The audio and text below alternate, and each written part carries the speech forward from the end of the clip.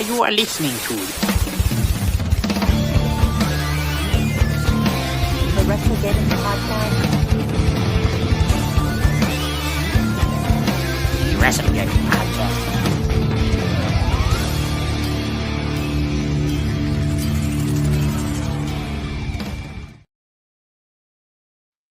What's up, wrestling fans? It is another Friday night, and you know what that means. It's time for the WrestleGeddon Podcast. I, of course, am your host, Chris the Heat Matthews, and he's your other host, the Tennessee Jesus, Carl Crossland.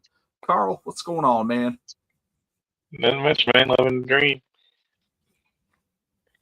Out in the heat. Staying sweet. I know it was pretty bad today. It's, 88? It was 90 where I was at, but if you include the sun beaming down on me, it's like about 105. Jesus. Sweating my butt off. It's insane. This summertime, it's here. Yes, yeah. Super excited. Tell me about it. Got to get up at the ass crack of dawn just to get outside and mow the lawn before it gets too damn hot out. Yeah. Oh, awesome stuff. All right. Well, we got some stuff to talk about. We had Backlash last Saturday. We're going to get into that. Give our thoughts on that pay-per-view as a whole. Sorry, PLE as a whole. Of course, Monday Night Raw. Couple things from there. Dynamite. That's pretty much the gist of it. Do have some new stuff. And, of course, we are going to get it started with what we always get it started with, and that's the random band entrance theme. Is... Gonna have myself. Well, who the hell put this on? So random. For fuck's sake. All right. And that random band entrance theme this week, the artist is none other than Destiny's Child. And you're looking at your screen and you're going, why are there 7 people on there total? Like, well, there were 2 versions of Destiny's Child. There was the original 4-group member, and then there was the more popular version with the 3-group, with the three ladies. So that's what we did. I put both of them in there. Oh, awesome stuff. All right, Carl, what you got? All right. So I am going to go with Katie. No, I'm kidding. I'm going to actually go with it's kind of like a debate. Like if I wanted to go with like something more, I don't know. I just had trouble between picking between 2, and I decided to go with Jumpin'. Okay. That's a good one. I like that song. Yeah. It pops into my head every now and then. Like, Yeah. just randomly. Don't listen to it, nothing, and it just pops into my head. I had it narrowed down to a couple. Yeah. And I think just now I am deciding I'm going with Bootylicious. Okay. All right. Oh man. Yeah. I My second. it was Survivor was the other one I was thinking about. No. I was gonna go with Soldier. Okay. That was my other one I was debating with. I just like the guitar riff and Bootylicious. One, two, bootylicious. Where you at? That'd be good. It'd be Ashman Jr. That's great. Who was it? Who did the guitar? Stevie Nicks. That's right. They sampled Stevie Nicks, the Edge of 17 for that song. I think that's probably why I like the guitar riff. So I do like that song. Awesome. All right. Who is the random band for next week? they're in the band for next week is a artist named Sleep Token. What? Sleep, like sleep token. Oh, Like Sleep Token. I believe I know you said before we came on that you haven't heard of them. Yeah, I The have not name heard of Sleep Token. actually sounds familiar. A quick Google search here, see if I recognize any of their songs right off the bat.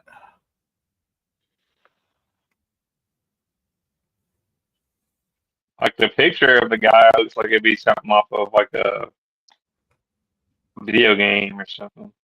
Yeah.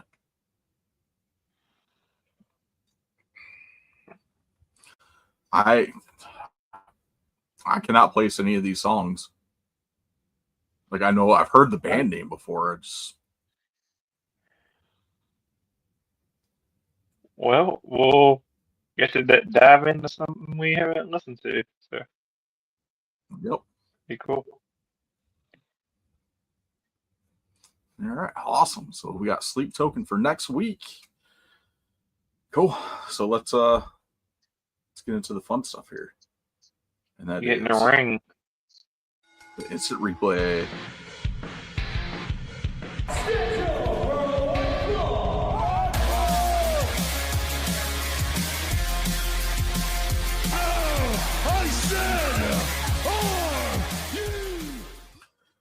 All right. Unfortunately, we kick off the instant replay on a somber note as we send our thoughts and prayers and good vibes and all that to the family and fans and friends of the homicidal, suicidal, genocidal Sabu, who had passed away earlier this week.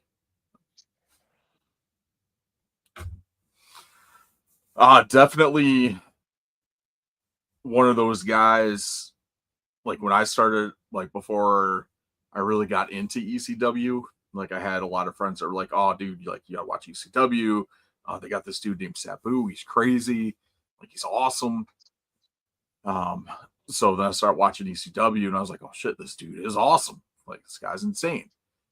And then you look at some of like those matches, like the barbed wire match with Terry Funk and his feud with Taz and like his whole run with RVD as tag champs and all that stuff. And then crosses over to WWE for a little bit there when they were building up that One Night Stand pay-per-view.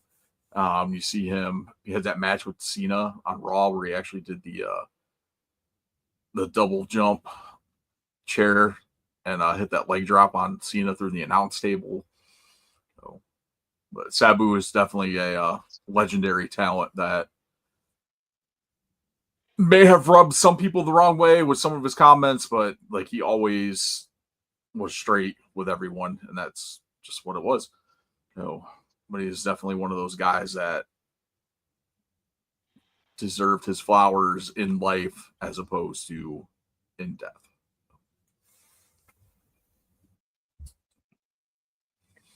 Yeah.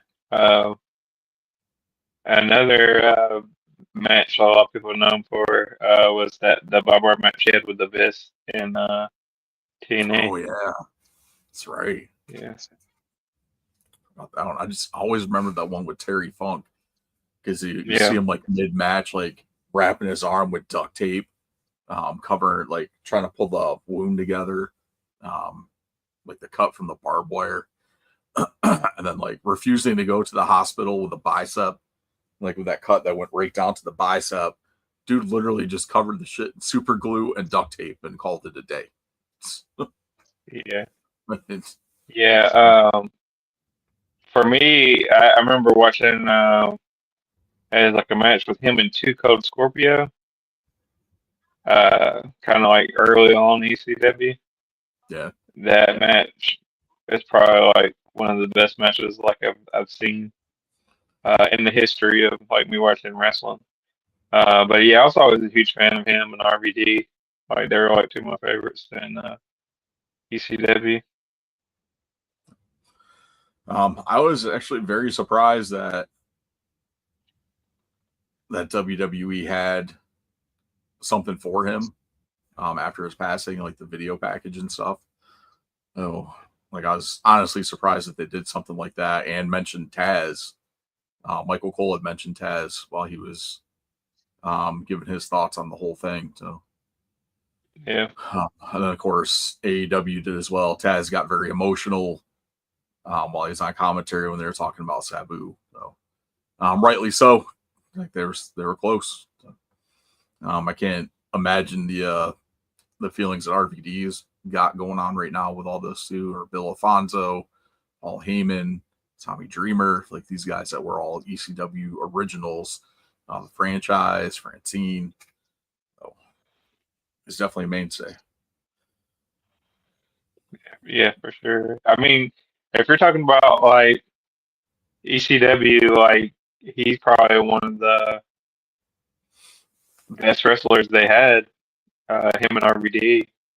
Yeah. I mean, don't get me wrong. There's probably other people that um, are kind of like more like iconic, but I'm talking about like pro wrestling. You know what I mean? Like everybody likes Sandman and Tommy Dreamer and New Jack, but as far as like pure wrestlers, like Yeah. uh, Sabu and RVD is probably like two Coach Scorpio probably that like would be my like favorites out of that group as far as wrestlers. Yeah. Sabu will definitely be missed by all of us, fans, friends, family. There's not really much else that you can say. The man had an amazing career. Finished up his last match, which is his retirement match, GCW with Joey Janela, which looked like a hell of a match. Both of them were bloodied and busted open. So, yeah, but rest in peace, Sabu. Definitely one of those guys that great talent going to be missed. Yeah. All right. Let's follow that up with some good news. Positive note here. Willow Nightingale resigns with AEW with a multi-year contract. I believe the contract was for another 4 years. So Willow will remain in AEW at least for the next 4 years. Kudos to them. Kudos to Willow. Love Willow. She's one of my favorite women's wrestlers in AEW right now. And I'm glad that she at least will be sticking around on AEW. Gives me just another reason to continue to watch AEW weekly. So awesome stuff there. Will Ospreay feeding into the tribalism over the weekend as well. He was asked some questions regarding AEW and WWE, all that fun stuff. And one of the things that he said during this interview was, we cook WWE in wrestling. When it comes to wrestling, we cook them. Which to me is funny coming from Will Ospreay, who I've never seen do a technical hold in a match. And like, don't get me wrong, I like watching Ospreay. I like seeing, some of the stuff that he does, because there's very few people that could do a lot of the moves that he's pulling off, but it's more of a gymnastics routine than it is an actual wrestling match. So I don't know, like, how you're telling me you're cooking them in wrestling when you're doing 13 backflips and 20 false finishes after high impact moves or finishers during the course of a 30-minute match. Yeah. Yeah, it's like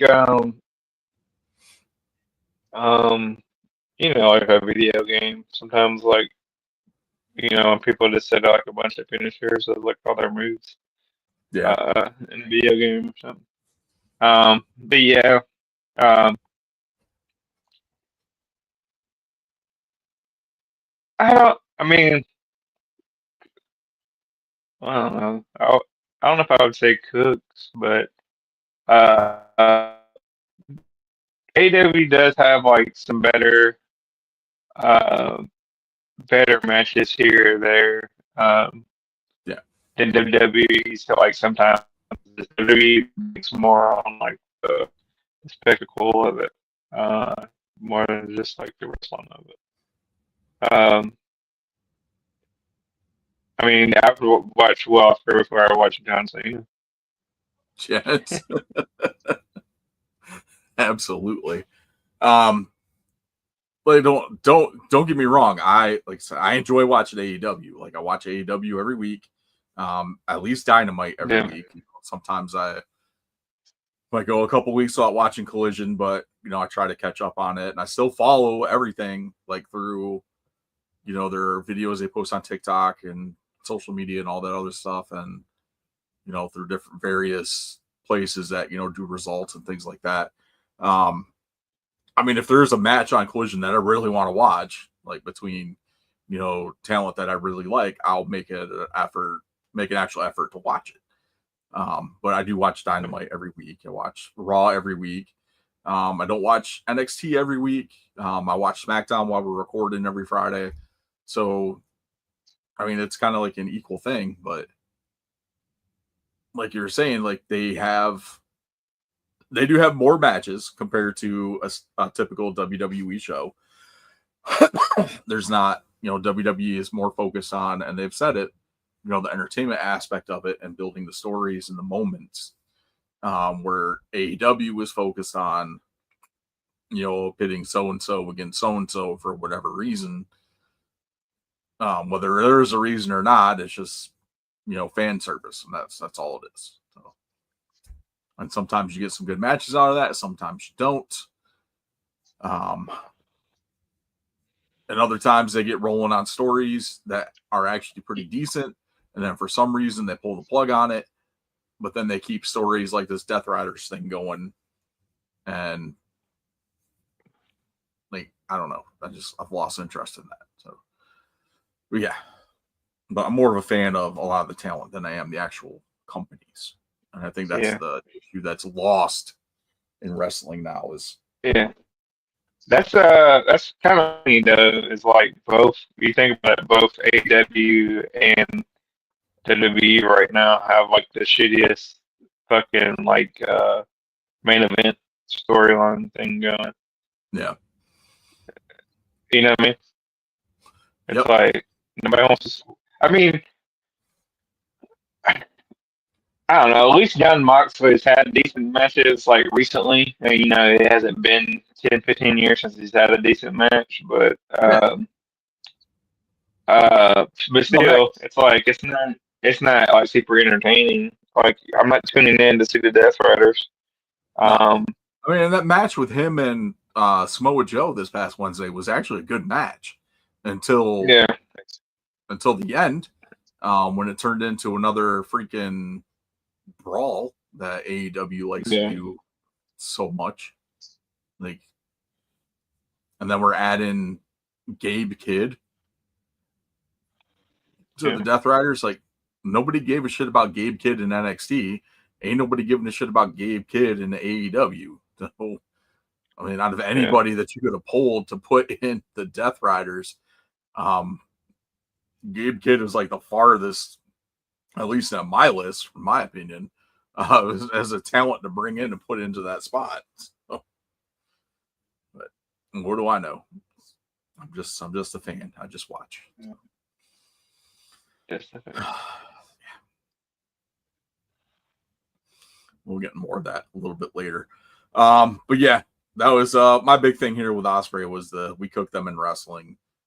I mean, when you're giving me matches of Ricochet versus Zach Gowen for whatever reason, like you're not cooking anybody in wrestling. Maybe you're cooking them with the amount of match time that you have on the show, as opposed to interviews and video packages and stuff like that.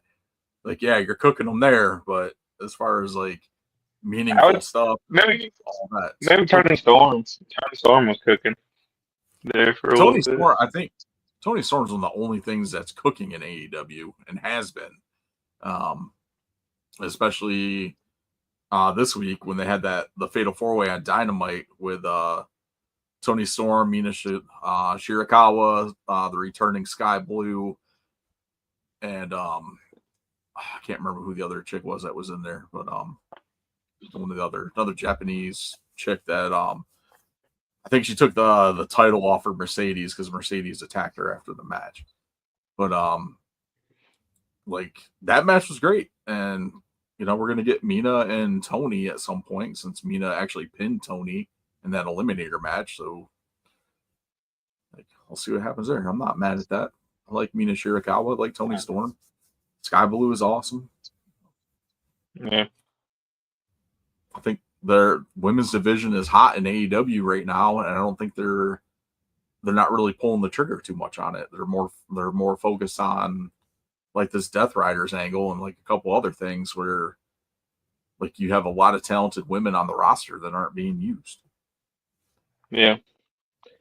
It's like I kind of enjoy the Tony Storm stuff. I kind of enjoy the Hurt Syndicate.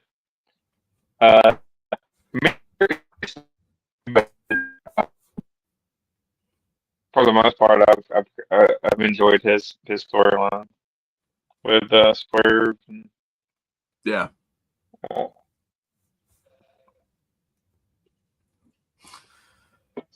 Awesome stuff. We'll talk some more AEW here in a little bit. I think that hit like every point, but we'll just finish it off here with MJF getting the thumbs up from Lashley. So yeah, he got a unanimous thumbs up. He is now part of the Hurt Syndicate. Going into this coming Wednesday's Dynamite, where they finally do the contract signing with MJF joining the Hurt Syndicate. So look at your thoughts on this. Do you think that he's actually going to be part of the Hurt Syndicate, or are they going to beat the shit out of him at this contract signing? I don't know. I'm kind of wondering, like, if it's going to be like maybe MJF has somebody else hop in and interfere, like like a surprise. Yeah. Like a surprise tag team partner or something, so that like going into this is me just thinking of I don't know if Tony's that creative, but I think maybe MJF has somebody jump in, and then that will lead to like a tag team match going into like the next pay-per-view or whatever with MJF and his guy versus Hurt Syndicate for the titles.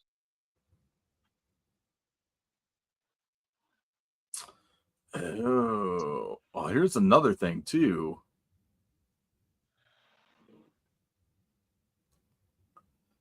Cedric Alexander's 90-day no-compete clause is up. Yeah, see, I was wondering. I didn't know it was up, but I was wondering, like, maybe Cedric Alexander would be a good person. So they have that'd be awesome. They're like getting ready to do the signing, and then like all of a sudden out of nowhere, he's like Cedric shows up and like all hooded up and everything and jumps MJF, and they're all just standing there watching. And then he stops and turns around and looks and takes the hood off. And like they all just start clapping or whatever. Then they start joining in on the beatdown at MJF with Cedric.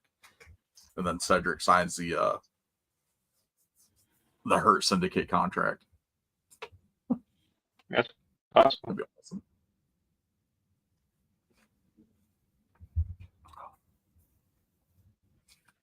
Awesome stuff there. All right, let's get into Backlash this past Saturday.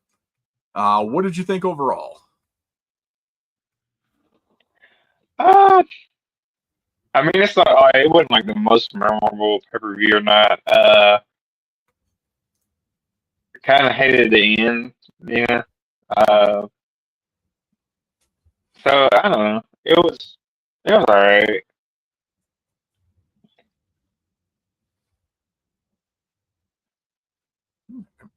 I thought it was entertaining. The main event kind of sucked, which is kind of disappointing because, Orton and Cena have had great matches in the past, but like this definitely did not live up to expectations out of the two of them. And I know people it's are just going one to of be the like, things. oh, good.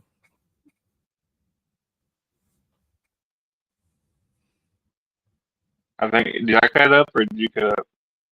I don't know. Okay. You want me to go ahead or are you going? You go ahead. All right. I don't know. This is my thought. If this is what you want, like if you want Cena to be the fucking champion and you want him to hold it until fucking December or however long he's fucking supposed to be standing around for. And if this whole he's trying to ruin wrestling by not having good matches is legit, and he's just not having good matches on purpose. Yeah. Then to me it's like let's open the show with fucking Cena. You know what I mean? Like Yeah, we don't let's need to get close. like let's get him out of the like you have another title. You know what I mean? Like you could have had fucking Jay versus anybody. Uh, or the women's title could have been defended. Sure, even the fatal You know what I four mean? way As the main for event. the US title could have been the main event. That was more Yeah, interesting and exciting than Cena and Orton was. So, yeah, for sure, for sure. And that's what it was. It kind of the pay-per-view kind of started really good with the fatal four way and the uh, Intercontinental title yeah. uh, with Diamond uh, Well, even Penta. the women's IC title match wasn't bad with Becky and Lyra. I thought that was pretty good too. I mean, it wasn't like a bad match, but I just wasn't invested into the story of it, so I could like Yeah. care less. I mean, but the match was like a good match. It wasn't like terrible by no means or anything like that. I just wasn't. I wasn't into it. I watched it. I enjoyed it, but it wasn't like if it wasn't on her view, I think I would have missed it. Like, oh, to me, they Yeah. could have had somebody else like Jade and Naomi or something. Um, the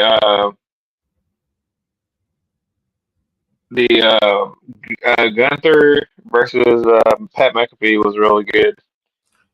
And I was gonna say that so many people going up into this matchup once once they did that whole thing with Pat and Gunther, where Gunther choked out Pat and all that, and then Pat challenged him to that match at Backlash.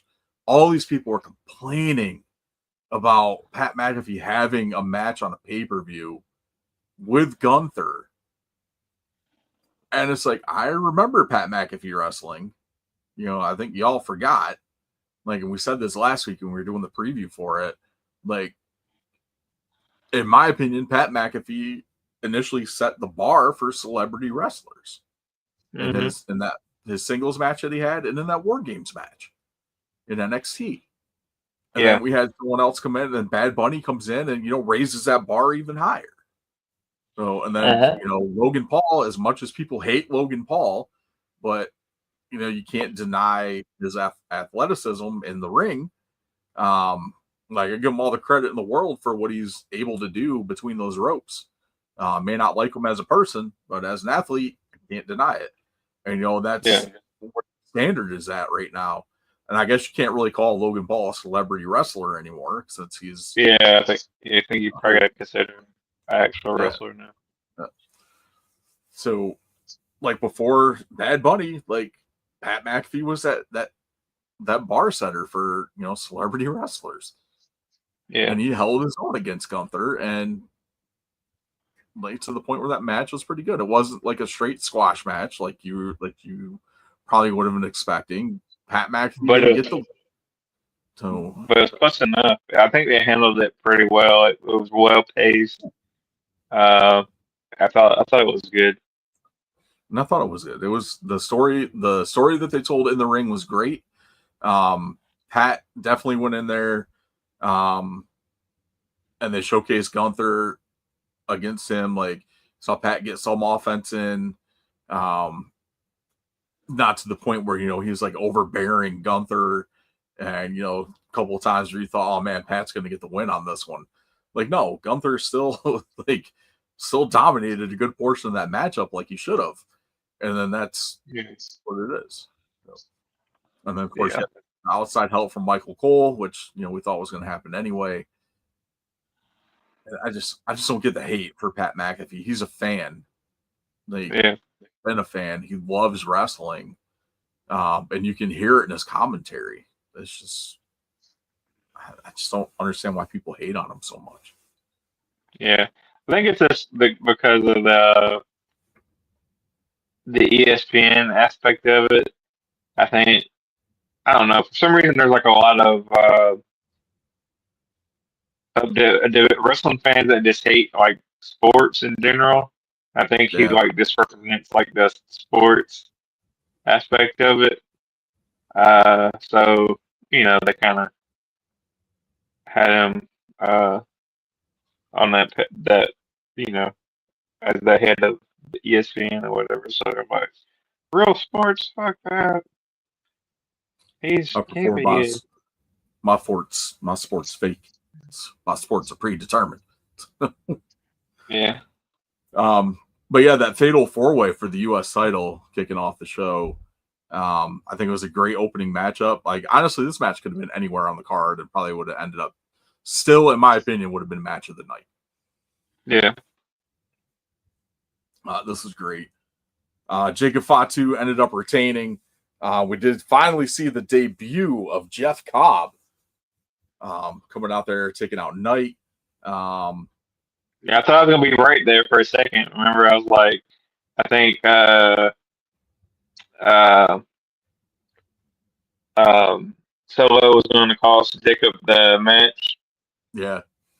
I thought when they showed him, all like, oh shit, like, is he about to attack Jacob? I thought he was going to attack Jacob there for a second.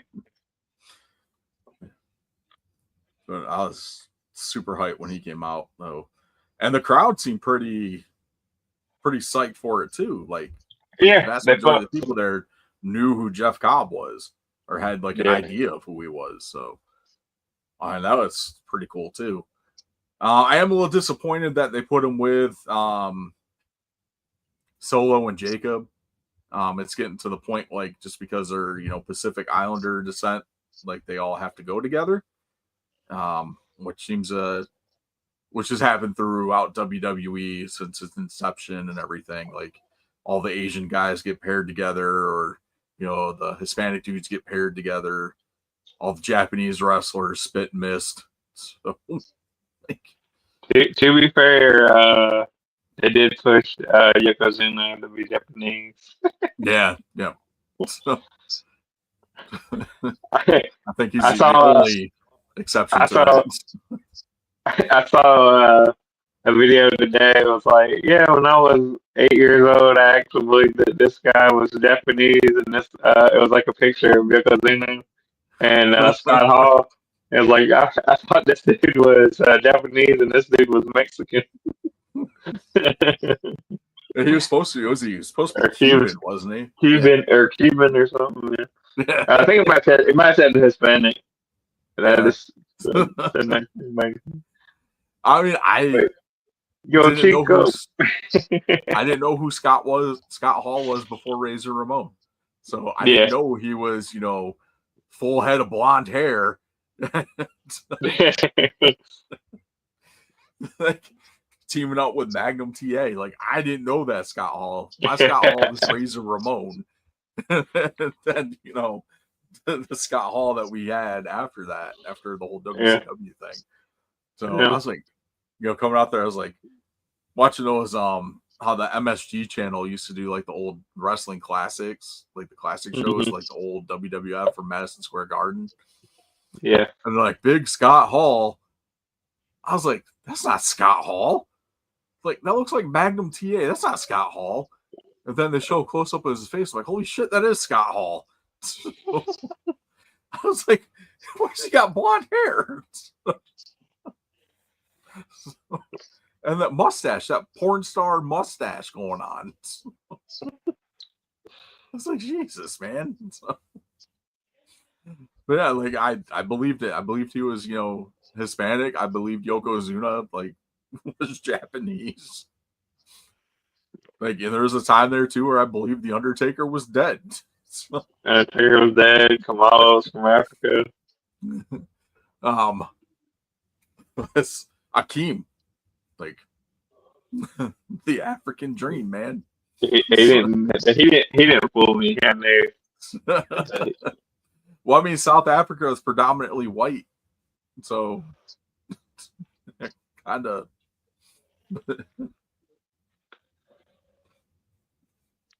Had me with nails like he was an actual inmate. So. I think the only one that was one of the few that was actually true was the Big Boss Man. It's like I believe he actually was a corrections officer. Yeah. Well, Paul Bearer actually did work at a funeral home. I do remember that actually. Yeah. That's funny though. Oh, awesome stuff. Yeah, so that Fatal 4-Way was awesome. Like I said, I like the women's Intercontinental title match. I thought that was pretty good. Everybody's sitting there thinking they're just going to drop the title to Becky. Nope, Lyra ended up picking up the win on that one. So that was pretty good. Dominic Mysterio and Penta. Dominic Mysterio, low key, I think is a lot better in the ring than what he lets on. I always knew that. To me, it was like where they kind of mess up is they kind of have him job out for people too much. Yeah. Yeah. Like there was a lot of glimpses of greatness in Dominic in this match. Just the way like his motions and the way he was approaching stuff with Penta, some of the fluidity of the moves and everything. He like they're low key like he held his own with Penta. Yeah, and people didn't think he could because that's like I said for the longest for whatever reason. I mean I don't know. They've had him and JD Madonna kind of and Finn Balor for the most part like jobbing the Priest. Pretty much jobbing to whoever, and it's like, no, dude, they're way more talented than that. Like, at least let them get some offense in when they're doing these matches,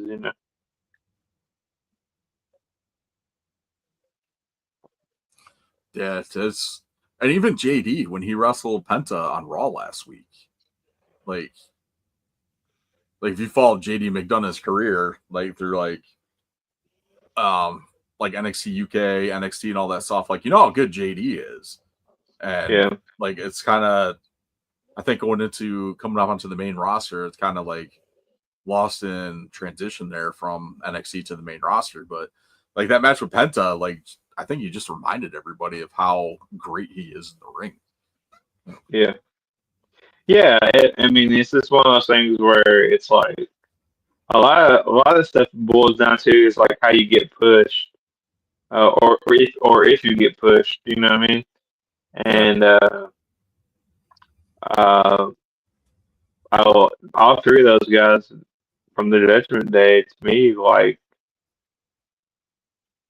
are better than the people that got the push in the Judgment Day. To me, they're better than Rhea Ripley and Damian Priest. I'm not saying I don't like either one of them. Like, I do like Damian Priest. I do like Rhea Ripley, but I think they kind of dropped the ball with those three guys as far as like to me they could have been a more dominant faction instead of being, like cartoony Three Stooges type guys. Yeah, I agree with that. What else we got here? Cena versus Orton. Talked a little bit about that, just how it wasn't up to expectations, at least my expectations of what Cena Orton can do.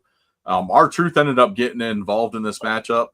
And we kind of talked last week about how funny it would be if R-Truth was the one to beat Cena for the title. But he ended up blocking Randy from punting Cena in the head, which ended up costing Orton the matchup. But the best part was the post show, the Backlash post show, where Orton, R-Truth comes out and he's congratulating Cena on the win and everything. And then he just continues going on, and Cena looks at him, he's like, "Don't say another word." And then R-Truth says something else, and Cena hits him with the attitude adjustment through the table and just walks out. Yeah. And I think, didn't they confirm after that it's going to be Cena versus R-Truth at Saturday Night Main Event for the title? Yep. Okay. I didn't know. I was sleepy at that point, and I didn't know if I like dreamed it or if that was what. Yeah, that's going to happen at Saturday night's main event. So many people are bitching about that too. R-Truth doesn't deserve a title shot, a world title shot. R-Truth doesn't deserve this. R-Truth shouldn't be in this position. You do not speak an unkind word about that man, Ron Killings, R-Truth. That man is a saint and should be protected at all costs. So, yeah. As far as like in-ring ability, like John Cena can't hold a candle to oh God, no. R-Truth or K-Quick. Like I put like any of like his TNA matches. Like I said, any of his stuff is like K-Quick, like in early WWF, like any of that is very better than anything Cena's done, absolutely. in my opinion. Well, even at R-Truth's age now, like, dude still can out-wrestle Cena. Like, it's just insane to me how people like talking so much trash about R-Truth getting a title match.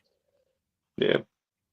But like I said, it's like this is how they push people. It's like, they kind of have R-Truth do that. Like it's been a while since they actually had him in like a legit match. You know what I mean? Yeah, and I mean he's mainly been like he was on doing an interview with Chris Van Vliet, and they're asking about the whole comedy thing, and he's like, it's just something that kind of fell into. He's like, I don't know. And like he's hitting that whole thing because Vince thought he was hilarious. Yeah. And that is pretty much what it boiled down to. And that's been said before, like through other wrestlers, like R-Truth, like Vince just thought he was hilarious. That's why he's always in those spots. Because like he's just a natural at it. And it doesn't seem like it, but like he's a natural comedian. The timing's perfect, just everything. Yeah. But then again, on top of that, he's an awesome in-ring performer. So, yeah. Tell me you don't deserve a title shot, man. Screw that. You know who didn't deserve a title shot? John Cena. How about that? Cena didn't deserve that title shot against Cody. Fuck that. No, for sure. For sure he didn't. Stupid. Doesn't deserve to have it now. Like, No, can we put a good... Honestly, when I was bitching about Cody, it's like, dude, like John Cena came and he ain't even put a good match together since he's getting the belt. And you can't tell me that John Cena is bringing in more people than Roman did. No way. No, absolutely not. If actually anything, he's probably hurting the brand because, like, you get if there are people tuning into wrestling, they're like, "Oh, this shit sucks." You know what I mean? Yeah, absolutely. It's terrible. Oh, all right. So that's Backlash. Monday Night Raw kicked off with CM Punk, Seth Rollins coming out. Then we had some stuff with Sammy and Punk and Seth Rollins, or Sammy and Punk, Braun Breaker, Seth Rollins, which is setting up for them for Saturday night's main event in a tag match. Sammy and Punk versus Braun and Seth, which would be pretty good. Gunther hit the ring with Jey Uso. Jey was out there doing a promo. Gunther pretty much told him, whoever wins out of you and Logan Paul at Saturday night's main event, I am getting my rematch for the World Heavyweight title. So we're still not done with Jey and Gunther, it looks like, because ain't no way they're dropping that title to Logan Paul. Yeah, I don't think so. Just be like, I have a feeling like one day we're gonna see Logan Paul holding, a world title. I just don't think it's anytime soon, and I'm really hoping that it's not anytime soon. Yeah, I don't think he'll win. I mean, it's possible, but I don't think they'll go that route. I'm thinking that he probably one of my people that I would say probably will come close to getting like the Money in the Bank whenever they decide to have that.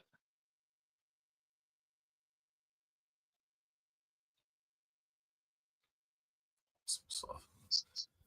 Got an update on Karrion Kross that just came across here.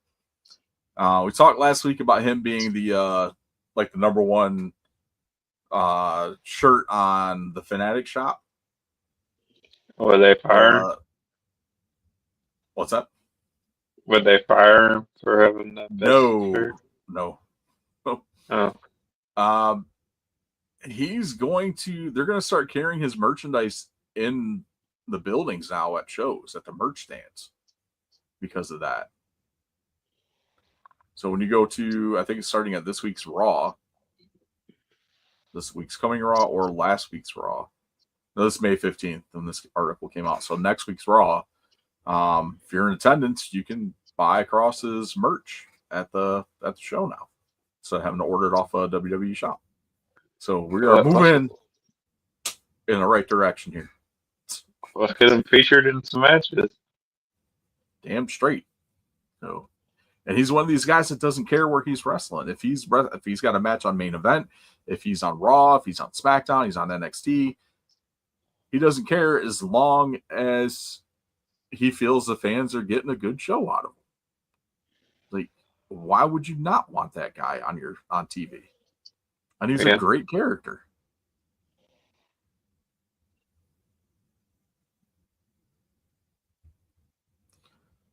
But yeah, props to that. So I need to buy that shirt. I like that Cross shirt, though. It's pretty cool. All right. What else we got here? That's pretty much it. We talked AEW already. I did not watch SmackDown or NXT this week. I did not get a chance to watch Impact. That is pretty much everything I've got for Instant Replay. Unless there's something that I missed. No, not that I know. Oh, shit. Well, there is something I missed here. There is a new all wrestling channel on the Roku channel called Wrestling Central. Is it the TNA? The TNA thing? Issue. Nope. This will have NWA and Women of Wrestling will be included on this. Okay. We're thrilled to be launching a new wrestling fast channel, which includes Women of Wrestling and the National Wrestling Alliance to a wider audience. It's coming from a gentleman named Dan Cohen, who's the Chief Content Licensing Officer for Paramount and President of Republic Pictures. The new Fast channel premiering exclusively on the Roku channel from two of the most exciting wrestling promotions will offer fans an exclusive and unique destination to catch both new action-packed matches along with hundreds of hours of classic library content. So you can find NWA's new shows there, past shows. Same thing with Women of Wrestling. Okay. That's pretty cool. So I wonder props how to Billy Corgan and what's that? I wonder how far I was just going to say, I wonder how far in the past we're going to go with the NWA stuff. Because don't WWE own some of WWE owns some of it, right? Like the Crockett promotion NWA stuff. I think so.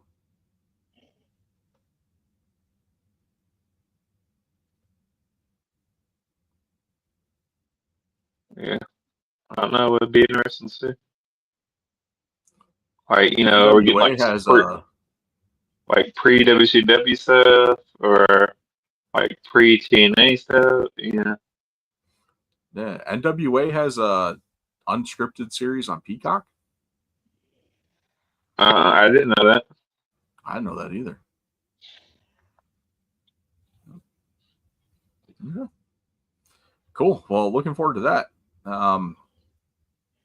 Let's think get the Roku channel. Roku channel's available on pretty much everything, not just Roku. So that's cool. Awesome stuff there. Yeah. All right. So that's going to do it for Instant Replay. A little last minute news tidbit there. Let's go ahead and hop over to the Elite figure of the week, which of course is brought to you by EntertainmentEarth.com. Use the code FTCollect at checkout to save 10% off all of your in-stock items.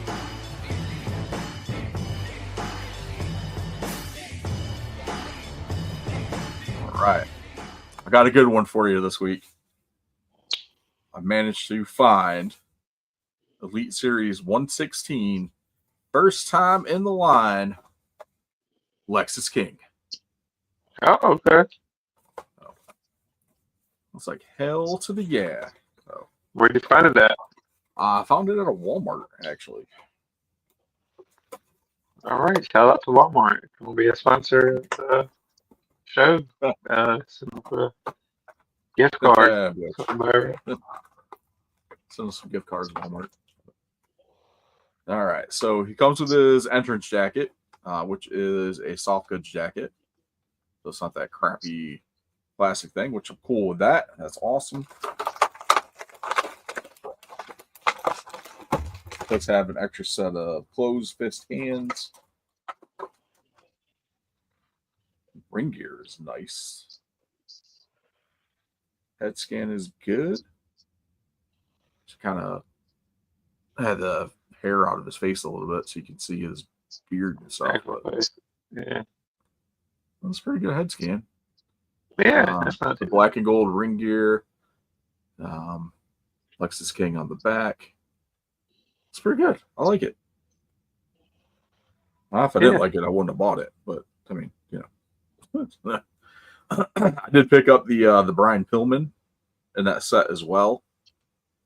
They were both on the shelf, so I picked up both of them at the same time. So yeah, I thought that was a good sign and very fitting to get them both in one shot. It's Flying Brian Pillman to go with my Hollywood Blonde Steve Austin. Flying Brian. Pretty psyched for that. That's awesome. Stunning Steve Austin. Back before he was Stone Cold, he was Stunning Steve. Well, Ringmaster. Yeah. The only thing I wish this would have came with would have been his cane that he carries with him. Yeah. Or that he used to carry. Cut my headphone cord.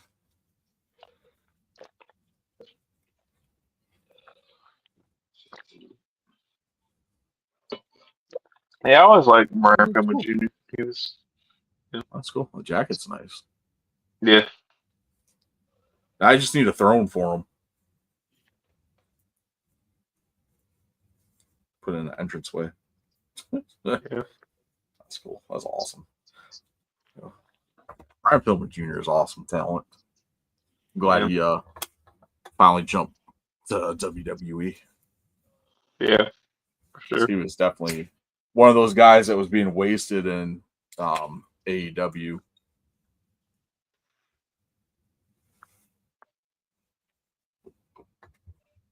Varsity Blondes was terrible. Yeah. All right. So there's the elite figure of the week, which brings us to, which normally would be the Fatal 4-Way, but I got something a little bit different again this week. And that is Guess the Wrestler Muppets Edition.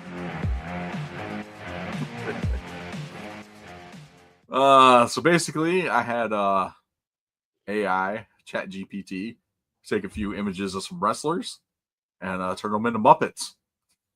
Okay. So this should be fun. We did Porn Star Pro Wrestler last week. Correct me if I'm wrong, but I believe you got all of them correct. The porn star, the porn watcher, I guess. Yes. Watching enough porn and enough wrestling. All right, let's see how you do with this. And I put some easy ones in here too. Well, we'll see. I mean, it depends on how AI does it. You know what I mean? Yeah. All right, here we go. Here's the first one. What? I just realized I should have put the actual wrestler in the next slide. I mean, is it supposed to be Pete Rose? It's not Pete Rose, but it is Not Pete Rose. It is a baseball, wrestling baseball player. A wrestling baseball player. Yep. Think 80s wrestling when everyone had a job besides being a wrestler. Their gimmick was that job. That's not the Goon, right? It's not the Goon. No, Goon was a hockey player. And definitely not the Brooklyn Brawler because he nope. He didn't have face paint. Oh, face paint. Mm-hmm. Oh, what was his name? Like Strikeout or some shit? No.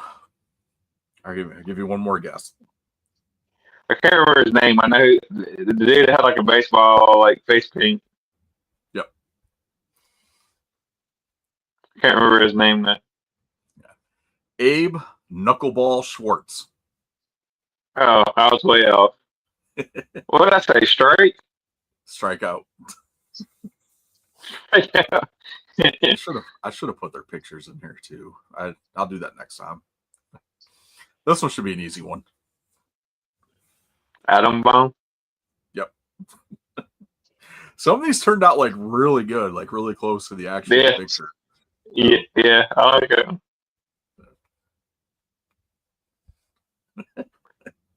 This is the New Heart Foundation? No. No. It was a WCW tag team.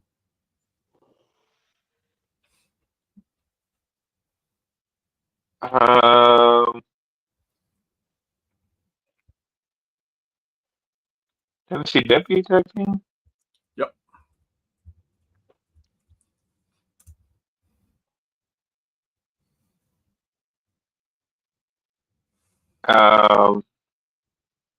WCW tag team.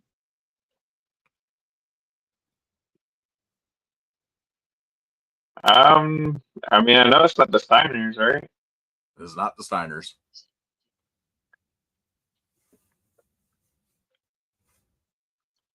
I have no clue. It's supposed to be. It is the team of Robbie Rage and Kenny Chaos, also known as High Voltage. High Voltage? High Voltage. Yeah, I definitely wouldn't have guessed that.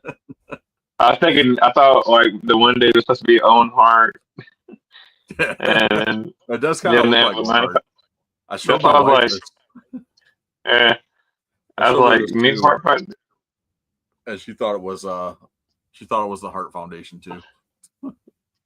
She's like, is that supposed to be Owen? I was like, no. She's like, oh, okay. All right. Let's see this next one. Hopefully this one's an easy one. What's her face? The Japanese wrestler from the like 80s or whatever. Yep. What's her face? I can't think of her name. Bull Nakano. Bull Nakano, yeah. I wish I'd probably fuck it up even if I could pronounce it. All right. I think that if this next one is who I think it is, you should be able to get this one right off the bat. PG-13? Oh, man. That was good. I like that one. All right. This is the last one. This is the last one.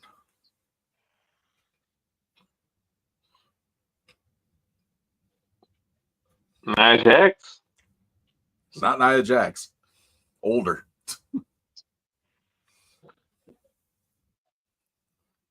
Like 80s WWF.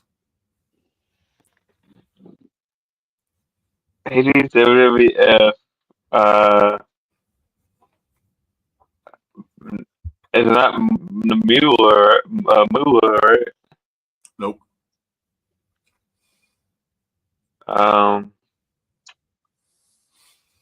Give you one more clue. She's managed by Harvey Whippleman. She's managed by Heather Feather. Her feather. No. Bertha Faye. Bertha Faye. Okay. Bertha Faye. Look at this title belt though. Like it's got like this creepy ass like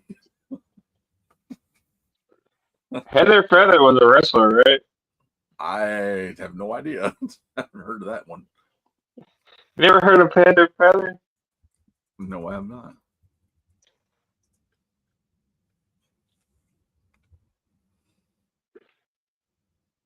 Heather Feather. I'm gonna look up Heather Feather. Oh, she did wrestle in Memphis. It's Peggy Jones.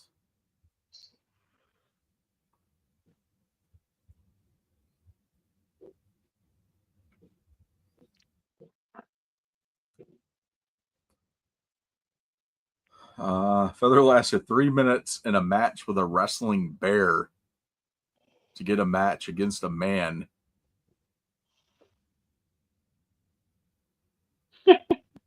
See, yeah, that's close. Heather Feather. But she only had like three Matches. matches. Yeah. November 6th against Ginger the Wrestling Bear. November 13th against Chuck Malone. And then November 20th with Bearcat Brown and Coco Beware against the Bounty Hunters and Chuck Malone. And that was it. And then she went on to WWF. Or No. I'm just kidding. Completely disappeared. So. I was trying to make a case for myself. This was good though. I like this. That was good. I thought it was funny. I saw some other podcasts that were doing this too, and like they're just doing like really easy ones. Like they had the Legion of Doom on here, and they couldn't get that it was the Legion of Doom. I was like, you're fucking stupid. Like right off the bat, I can tell it's talking animal. Like if you're gonna do this, do it right. So I'm like, I'm gonna do it. So I started going through like, oh yeah, the Bertha Faye. Why not? What made you think of Bertha Faye? I was trying to find the most obscure wrestlers that I could find, and she happened to be on one of the lists. Oh, okay. I was like, oh, Bertha Faye. I remember Bertha Faye and her entrance music.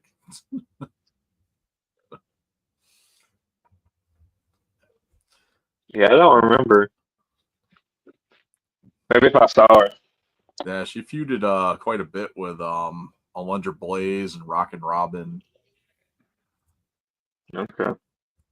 I believe you.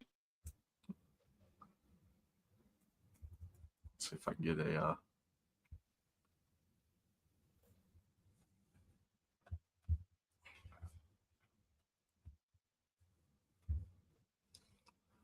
Here we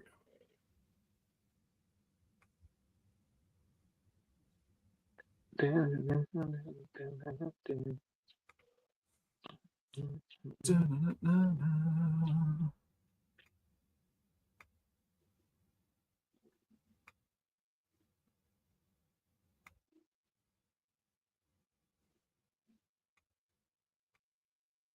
There we go.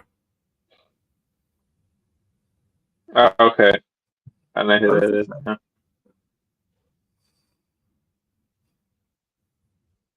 I remember.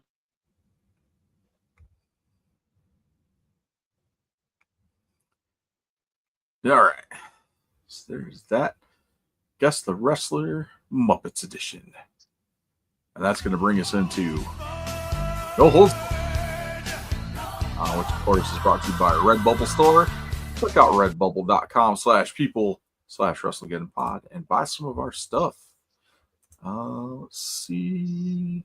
Spring sale going on. You get an additional up to 25% off whatever you order. So there we go. Save yourself some money and buy one of our shirts or a sticker or a hoodie or a hat or a shower curtain. Buy a shower curtain, shower with the Wrestlegeddon podcast. Yeah. If you buy a shower curtain, me and Chris will show up and shower with you. If you just a picture of it and your address. Oh man. I don't know if that's gonna happen, but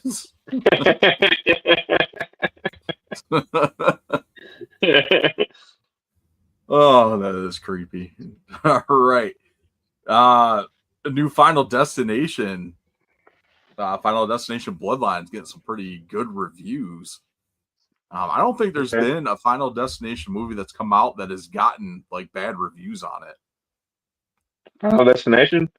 Yeah. I think like the first three had bad reviews. Really?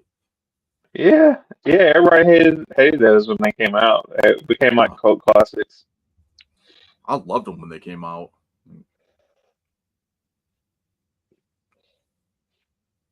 Yeah. I watched. Well, the critics hated them. I don't think the fans did. The critics always hate horror movies. Yeah. But it's the new Final Destination is at 94 on Rotten Tomatoes. Okay. What was the first one? That's a good question.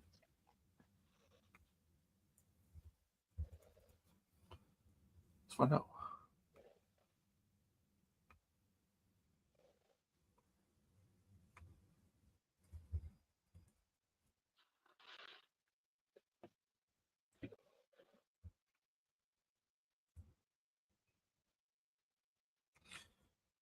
$40. Yeah. Yeah, 92 for Bloodlines.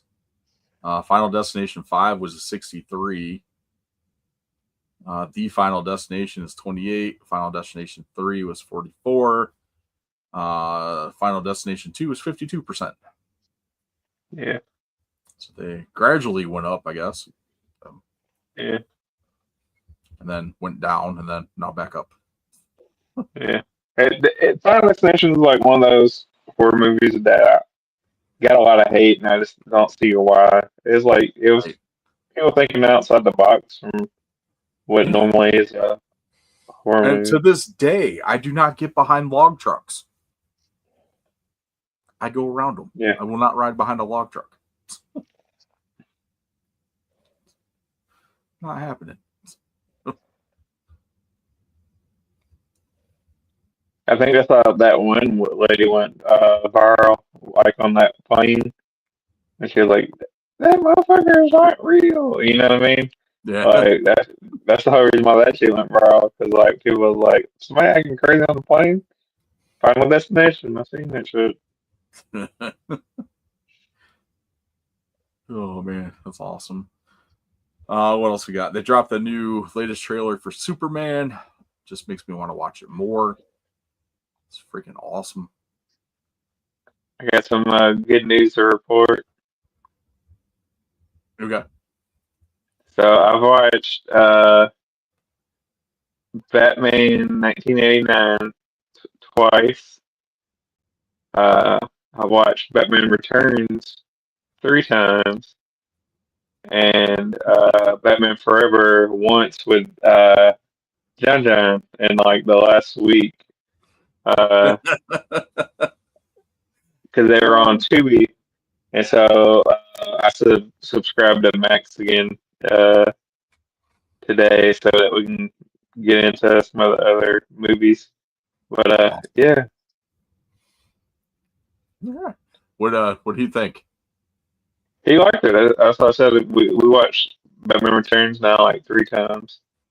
I I think I think Batman Returns was my favorite out of those ones. yeah, yeah. But yeah, he keeps asking me a bunch of questions and stuff, and I'm like, well, I was like, what we're gonna do is we're gonna get Max and we'll watch Batman and Robin so that you can finish out kind of like the 80s, 90s Batman. And then I was like, then we can do Dark Knight trilogy if you want to. Nice. Batman Begins, Dark Knight. I might stick to watch that roommate series too. 'Cause that's, You just got like really muffled. well, I'm saying I'll try to watch the anime series when they like. You're still muffled. Sorry. I think it's probably my cell phone signal. Can you hear me? Yeah, I can hear you, but it's like someone's got a pillow over your mouth. Oh, well, nobody has There a you go. pillow over my That's better. I was saying, hoping I can get them into the animated series too. Ooh, that'd be a good one. Yeah. I love that one. Just that one. You might really like Batman Beyond too. Yeah. That one I was just don't good. want to And then there was, don't want to throw too much at them at once. yeah. Like, sorry, good. Brave and the Bold, Batman Brave and the Bold was actually low key pretty good too. Like it was Yeah. more like kid oriented cartoon. It was on Cartoon Network. But it was pretty good. A lot of cool stuff in there.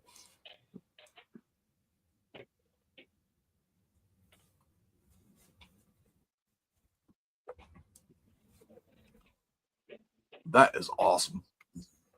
I'm excited for that. Yep. Batman and Robin gets a lot of hate too, but it's not like super bad. Yeah, Batman and Robin and Batman Forever get a lot of hate just because, you know, it wasn't Tim Burton. Yeah. I know the two of them, I'd rather watch Batman Forever. I just think that one was better than Batman and Robin. Mm-hmm. I think Val Kilmer, was a like when you look at like those 3 actors from that time frame that played Batman with Michael Keaton, Val Kilmer, and George Clooney. Mm-hmm. Keaton did both very well. Kilmer, I always thought was a better Bruce Wayne than a Batman. Yeah. And George Clooney was just terrible at both. Yeah. But that's always been my take on it. It's like, Val Kilmer was a great Bruce Wayne. It was one of those things where there were like some were blockbusters, so they just try to get the biggest names as they can. Whoever's hot at the time. Yeah. What they were supposed to do, Tim Burton was supposed to do a third one. And they had actually signed Marlon Wayans was supposed to play Robin. Billy D. Williams would have been back as Harvey Dent and would have eventually become Two-Face. But for there's something happened between Burton and Warner Brothers at the time that like they ended up not going through with that third one. But Marlon Wayans still gets residuals from Warner Brothers for his contract to play Robin. Even though like he never stepped foot in a Batman movie. But, hey, do what you got to do. Yeah, for sure.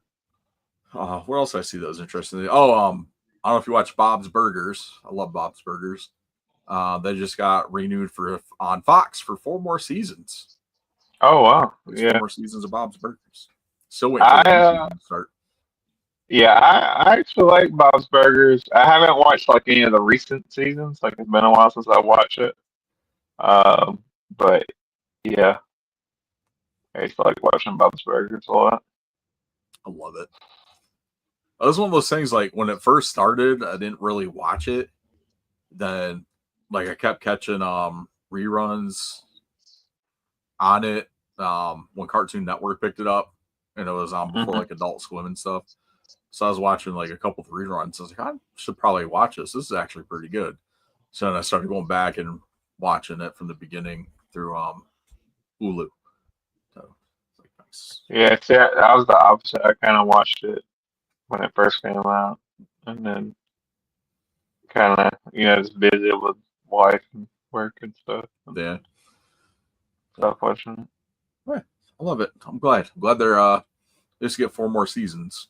So, yeah, doing that well. Sinners is still out there, still doing its thing. I still need to see that movie. Yeah, I took my kids to see Minecraft instead of going to see Sinners. Yeah. And yeah, but I heard it was really good.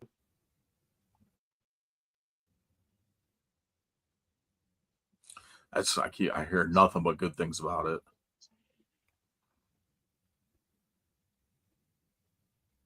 It's definitely something I need to see. It's not very often, and it's like it's a bigger budget horror movie too, and it's not something that we get very often. Yeah. And for it to actually be good, that's the other thing. That's rare in itself. What else is coming out? I don't remember if there's like anything major coming out or coming up, but there's some of the big things.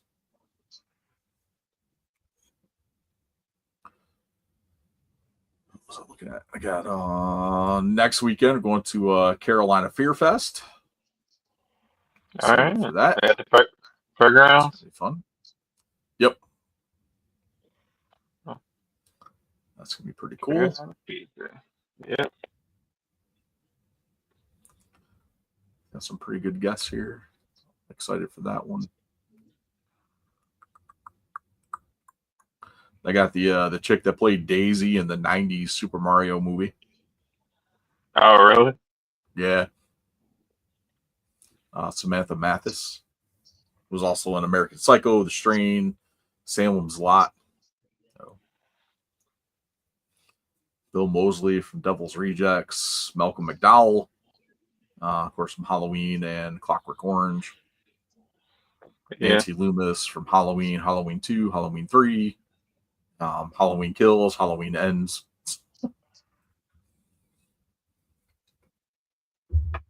Tracy Lords.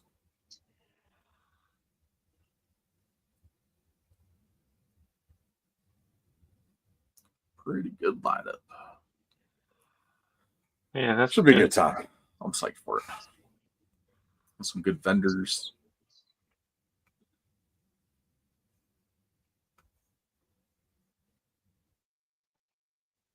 Yeah, I like Halloween decor and stuff. So yeah, like the vendor stuff would probably be cool.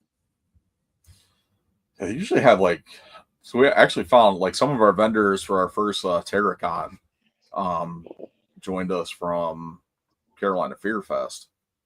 So they had a lot of cool stuff.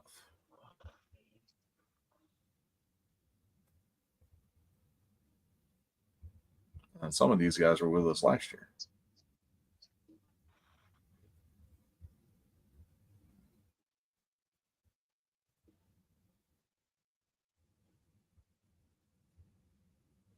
Oh my God. I just saw this author's name on here. It says author Ben Farthing. And I literally glanced at it and thought it said Ben Farting. My bad. Oh man, that's terrible.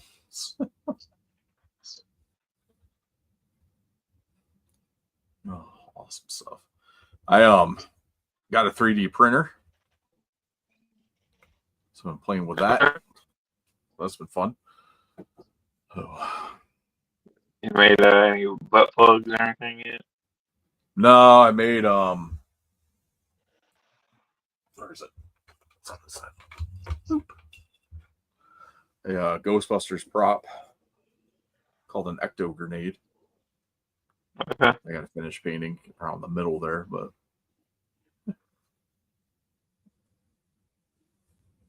that's cool. I'm trying to print like this little dinosaur thing, and the thing keeps messing up on me. So it's been fun to play with. Start making some selling some plastic butt plugs. So we need to make some WrestleGeddon butt plugs when you sell them. Oh, that'd be awesome. Let's see. SmackDown right now, I got a promo with Shinsuke. It looks like he is targeting Aleister Black. Okay. That should be good. Yeah. You know, Shinsuke's on his way out. But... awesome stuff. All right. That's pretty much all I've got. I don't have anything else for this week. You going Saturday or Sunday? Sunday. Sunday. Okay. Oh, I forgot about this. Big Time Wrestling is coming back to Spartanburg. That is June 6th, Friday, June 6th. Lineup here looks pretty solid. You've got Sergeant Slaughter, Scott Steiner, Rock and Roll Express taking on the Andersons, which is C.W. Anderson, Brock Anderson, and George South in a steel cage. Meet and greet with Bret Hart. Then you have Vix Crow, formerly known as Alicia Fox, taking on James Ellsworth in a steel cage for the Intergender Championship. Then Matt Riddle takes on Big Trouble Ben Bishop. You don't know who that is. And then coming up on Friday, July 25th, Big Time Wrestling is at Truist Field in Charlotte. They're promoting this as part of Sting's 2025 or Never tour. And they're saying it's his only appearance in the Carolinas. So if you want to meet Sting one last time in his face paint. Spartanburg's in South Carolina. Yeah, Spartanburg, South Carolina. At the Memorial Auditorium. They usually run Spartanburg and then like hit Raleigh. So I don't know why. Or, Spartanburg, Charlotte, Raleigh. So. Yeah, I wonder why they're doing Spartanburg and Charlotte. Yeah, I don't know. That's close together. I did message on there like, you guys coming to Raleigh? And they ignored me.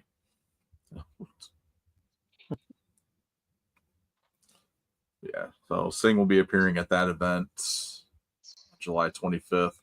I'm sure it'll probably be some of the same matchups as their Spartanburg show. So it's generally what they do. Yeah. Kind of tempted to go because there's like a couple of just to get like another figure signed by Sting, like one of his like AEW figures that I have, or that new Target exclusive from his last match at Revolution in Greensboro.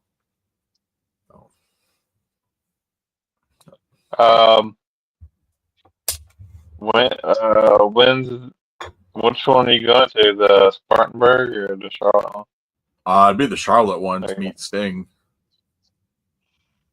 I thought he was advertised at the Spartanburg, or did you say Bret Hart? No, Can't remember. Bret Hart's at Spartanburg. Bret Hart's at Spartanburg. So Charlotte is Sting. It'd be cool to meet Bret, but like everything that I've read from people that have met him recently, like all he does is just focus on like negative stuff of wrestling now. Continues talking about how terrible Goldberg is. Yeah. Like, we know, Bret. We all agree with you that Goldberg's terrible. You don't have to keep talking about it anymore. Yeah. I'm sorry, Bill Goldberg. It's not just Goldberg. Bill Goldberg. Say the whole thing like a Tribe Called Quest. Yeah. Or a pimp named Slickback. It's Bill Goldberg. All right. Awesome stuff. Well, that was one of the last things that just popped up here too. I thought I was done, but then I saw that. But now I don't have anything else. So, all right. Well, I guess that's going to do it for us. Unless you got something you want to throw in there before we. No, man. Unless you want to talk like NBA playoffs or NFL schedule release or something. No, I mean if you want to, you can. So I'm good. Nod and go. Nod and go. Just go on the monologue. Go on the monologue.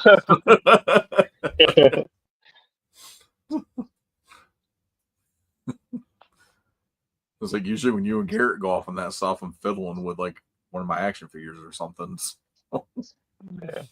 Or staring at the TV. But, yeah.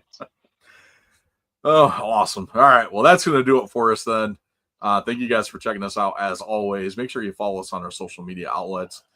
Make sure you hit us up over on our TikTok account at WrestleGeddon Pod. Super helpful if you follow us there. Help us get to 1,000 subscribers so we can broadcast simultaneously live on TikTok as well as on Facebook and YouTube. Just another avenue for you guys to watch us. And we appreciate that very much so. Any follows on any of our social networks would be greatly appreciated. So just hit the link tree in the episode description and it'll take you where you need to go. But yeah, episode 284, closing in on the episode 300. So thank you guys for sticking with us. My name is Chris the Heat Matthews, and he's the Tennessee Jesus Carl Crossland. And we'll check y'all next week. Later, Marks. Later.